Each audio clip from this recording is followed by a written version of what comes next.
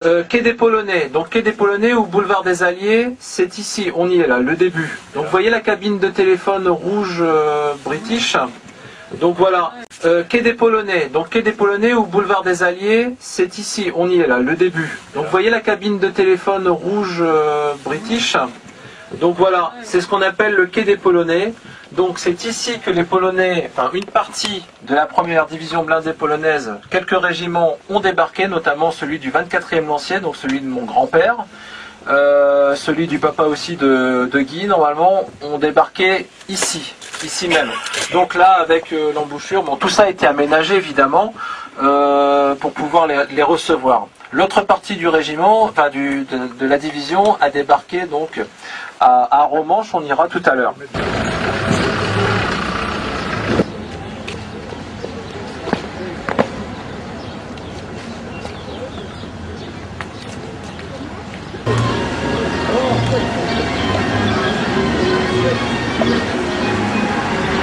Nous sommes à Courceuil-sur-Mer où ont débarqué à la fois les Canadiens et la première division blindée polonaise, ou tout au moins une partie de la première division blindée polonaise, notamment le régiment du 24e Lancier.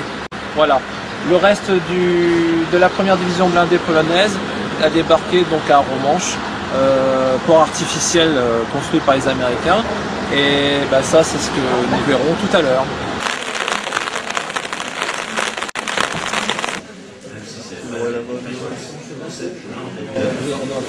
Ce même jour, le 7 juin, des positions allemandes étaient encore accomplies par les marins. C'est pourquoi les Américains ont commencé à y poser un port comparable, en commençant le 8 sur Dieppe, 19 août 42, avec 4000 victimes en tout, ce qui vient confirmer terriblement les quatre craintes. De toute façon,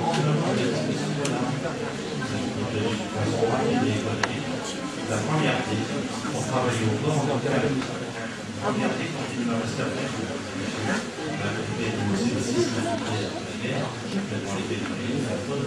ainsi que le groupe de l'association franco-polonaise, le film d'archives va commencer dès maintenant. Maintenant ou un peu plus loin là-bas. Donc la route qu'on va emprunter, c'est la route qu'ont pris les Canadiens et les Polonais. Pour situer, le gros du parcours va s'effectuer par les Polonais sur votre côté gauche et les Canadiens sur le côté droit.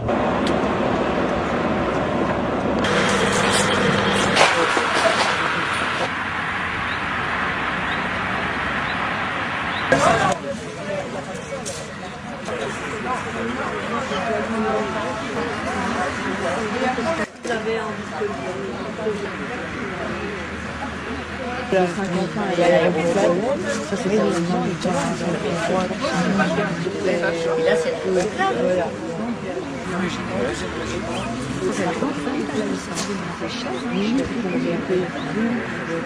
L'année, en début d'année, ça revient à moins.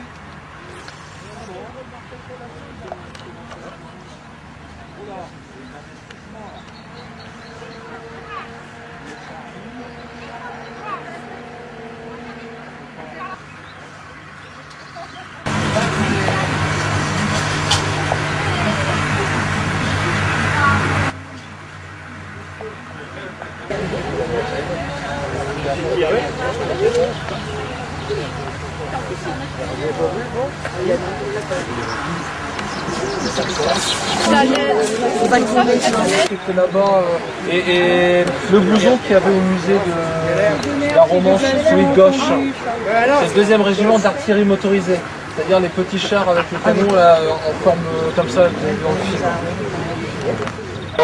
Avec une sorte d'éclair, la transmission de l'autre côté.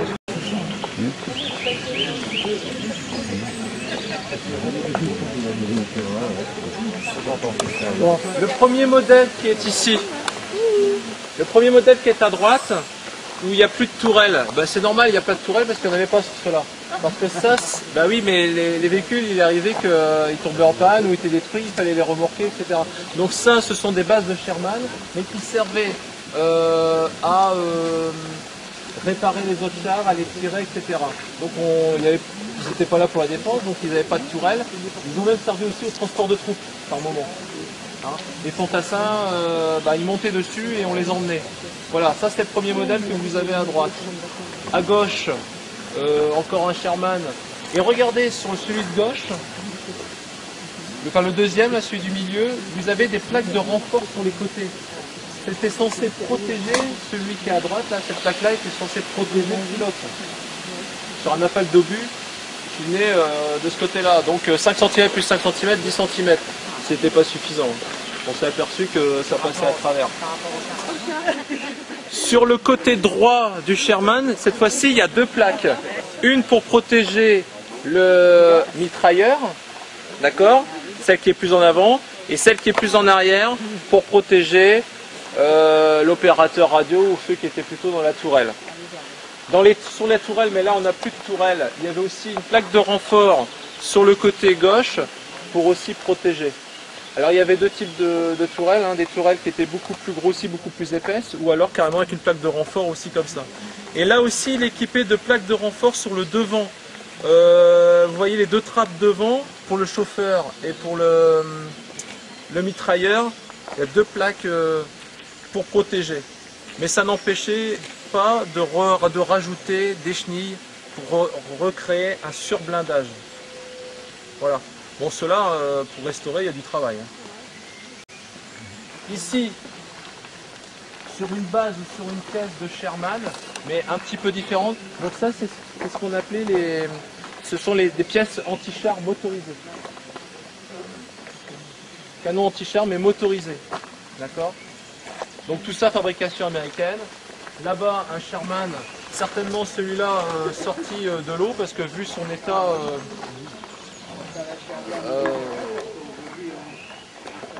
et un canon très très court, alors ça c'est peu commun. Ouais. Mais ça je pense que ça c'est pas de dotation canadienne ou polonaise, hein. Je pense que ça c'est vraiment purement américain. Hein. C'est assez particulier, assez rare, hein. On trouve pas ça partout, mais une base de Sherman qui est transformée certainement pour le génie, pour pousser, tracer des routes, pousser le béton. Il est raccordé, je mettais ça devant. Sur la photo de C'est privé voilà, de passer devant et puis taper sur les lignes pour les faire sauter. Suivant la tourelle et le canon, entre 35 et 40 tonnes. De toute façon, c'est pour ça que j'aurais dû réfléchir un peu plus hier quand on m'avait posé la question. À l'avant, au niveau des marquages, il y avait toujours un rond jaune avec marqué 35 ou 40. C'est-à-dire que c'était le poids. On indiquait le poids pour savoir s'il pouvait passer tel ou tel ouvrage, tel ou tel pont. Alors, les Polonais, eux, ne s'embêtaient pas, ils mettaient directement 40 partout. Ça, il fallait que ça passe, ça passait pas. Sur certains Sherman, on voit plutôt 35, voire 30. Voilà. Une Jeep, on mettait 2. Une Jeep fait pas 2 tonnes, mais bon, voilà. Comme ça, il y avait une marge de sécurité. À titre de comparaison, un Panther, c'est 45 à 50 tonnes. Et un Tigre, Super Tigre, jusqu'à 65 tonnes. Voilà. Mais ça, c'est carburant, munitions, hommes, bardage, tout dessus. Il y avait des caisses en bois à l'arrière pour ranger le matériel, leurs affaires. Il y avait des sacs qui pendaient partout, il y avait des caisses aussi à l'arrière des tourelles, en rajout. Voilà, et puis c'est ce qu'on récupérait vite fait et puis on abandonnait le char quand il était détruit. Quand ils ont changé les canons, il n'y avait plus de place, donc ils ont fait des rajouts avec ça. Alors la déformation de la tourelle à l'intérieur, c'est l'emplacement de la radio. Vous imaginez qu'à l'intérieur c'est quand même assez réduit. On a deux types de radios, américaines ou anglaises. Donc les Polonais c'est anglais. Vous avez tous des écouteurs.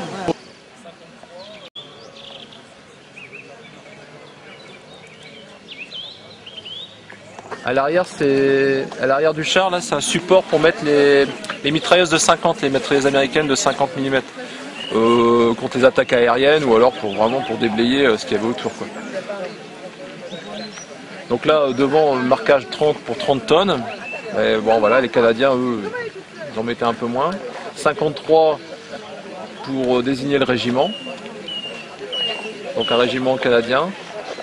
Et puis un 3 différent de celui des Polonais. Là c'est vraiment le 3 comme nous on l'écrirait, mais les Polonais le 3 était différent. Commençait un peu comme une sorte de Z.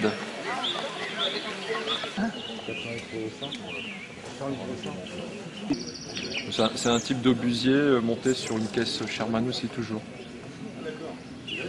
Sherman caisse soudée, boulonnée devant. C'est le Canadien. Pas mal. Et ça c'est vraiment typique et vous retrouverez ça sur certaines photos, sur certains... Voilà. Et super. C'est un Gobain, Et le cinéaste a filmé. Enfin, de la petite ville de Train, on rentre vraiment dans la poche de falaise, qu'on appelle la poche de falaise, dans le triangle de la poche de la falaise, dans son aspect la plus petite. Hein. Non, non, mais faire les mêmes dépressions. À l'homme près.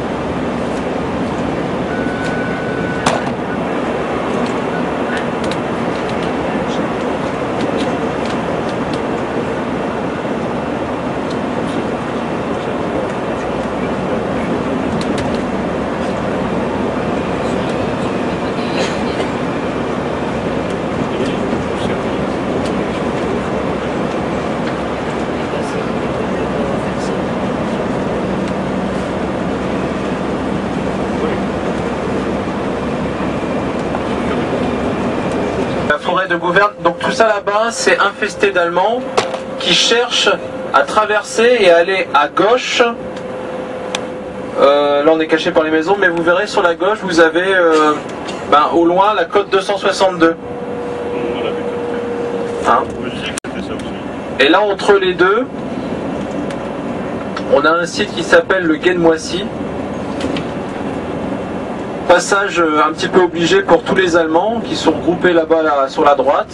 Et il faut qu'ils passent ce point-là pour aller vers Vimoutier qui se situe à gauche, pour aller traverser ensuite la Seine et se regrouper au-delà de la Seine pour essayer d'effectuer plus tard une contre-attaque. Donc on reviendra par ici cet après-midi. On vient de passer Saint-Lambert-sur-Dive. On vous en parlera beaucoup tout à l'heure. Les combats ont été rudes dans ce village. Alors à cet endroit sur la gauche, la division blindée polonaise est encore, je dirais, ensemble, au complet. Elle va commencer à partir de ce moment-là à se séparer en deux. Les uns vont monter sur les hauteurs là-bas à gauche et l'autre moitié va aller vers le donjon que vous voyez sur la droite, le donjon de Chambois, pour faire la jonction avec les Américains. Ça paraît simple, on va y être en 5 minutes à peine, mais pour eux ça a été un peu plus long.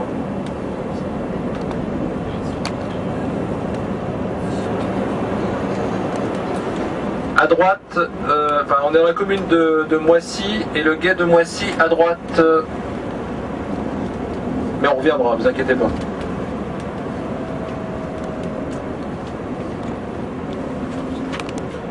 Et à gauche, toutes les petites routes là qui s'en vont en direction de la côte 262, c'est ce qu'on appelle le couloir de la mort.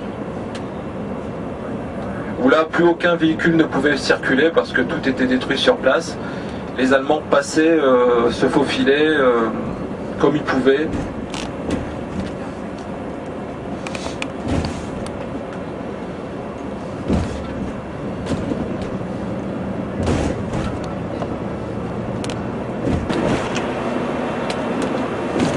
Donc on arrive dans la commune de Chambois avec son donjon. On y reviendra aussi. On ira exactement sur le lieu, à l'endroit même où Américains et Polonais ont fait la jonction et se sont serrés la main. Alors cet endroit, nous on va tourner à gauche, mais il est plus loin en face. C'est-à-dire à l'autre bout du village. Sur la place là, du donjon, il y a une stèle en mémoire des Polonais.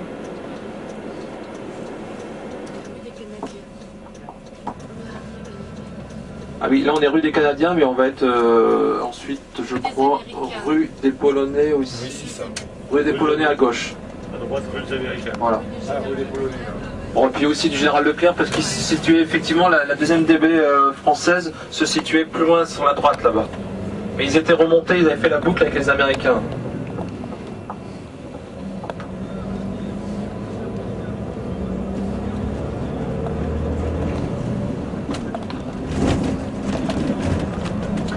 Donc là on emprunte la route qui monte vers la côte 262 sud. On va arriver au mémorial, on va arriver avant au croisement de la Croix-Tiret, c'est-à-dire la chance, s'ils ne sont pas appelés ça la chance, d'aller là-haut et de voir ce Christ de visu. Et il avait toujours, bon, pour eux c'est un peu le coup du sort, le miracle, comment ça se fait que ce Christ a pu rester encore debout, bon voilà. La religion est toujours très forte. Hein.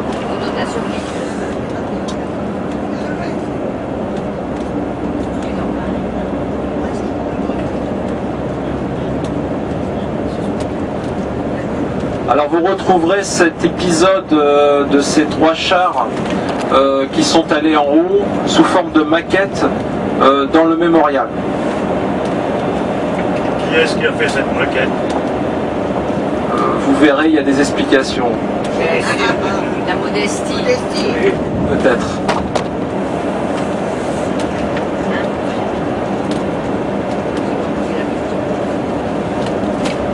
Donc là sur cette route, tout est encombré. On ne peut plus circuler, on ne peut rien faire. Après les combats, c'est une puanteur comme pas possible. Il n'est même pas question de bouger quoi que ce soit, de remuer tout cela.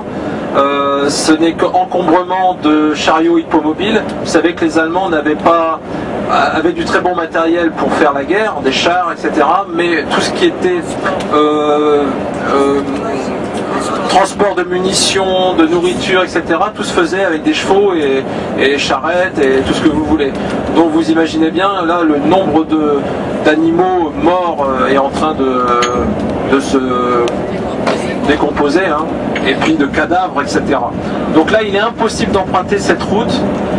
Vous en avez donc une image à l'arrière du livret, hein. C'est un extrait quelque part ici. Je dirais plutôt de l'autre côté, hein, après la Croix-Tiret quand on y sera, en direction de Vimoutier. Donc mon grand-père pour grimper là-haut, ben, ils n'ont pas eu d'autre moyen que de passer sur la droite de l'autre côté des bois et à travers les prés, etc. Mais en char, bon, ça se fait quoi.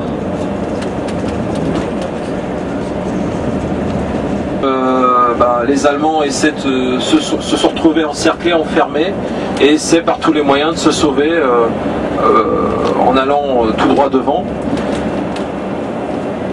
Bon, c'est un véritable carnage, hein, c'est une boucherie. Hein. Vous imaginez bien que là, les positions en hauteur comme ça, ils y vont gaiement, l'artillerie, les bombardements.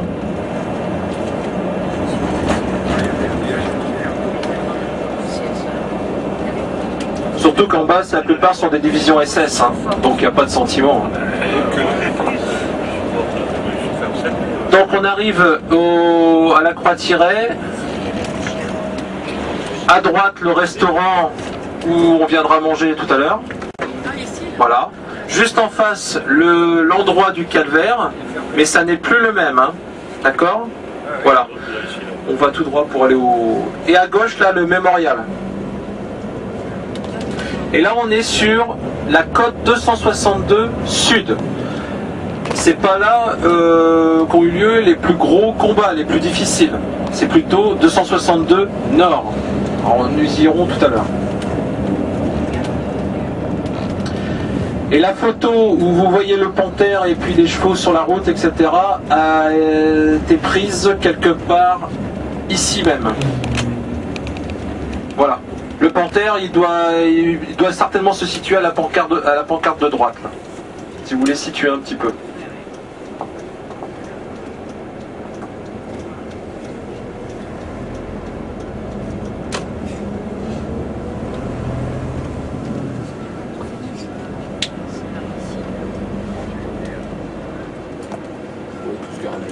C'est le choix des dames.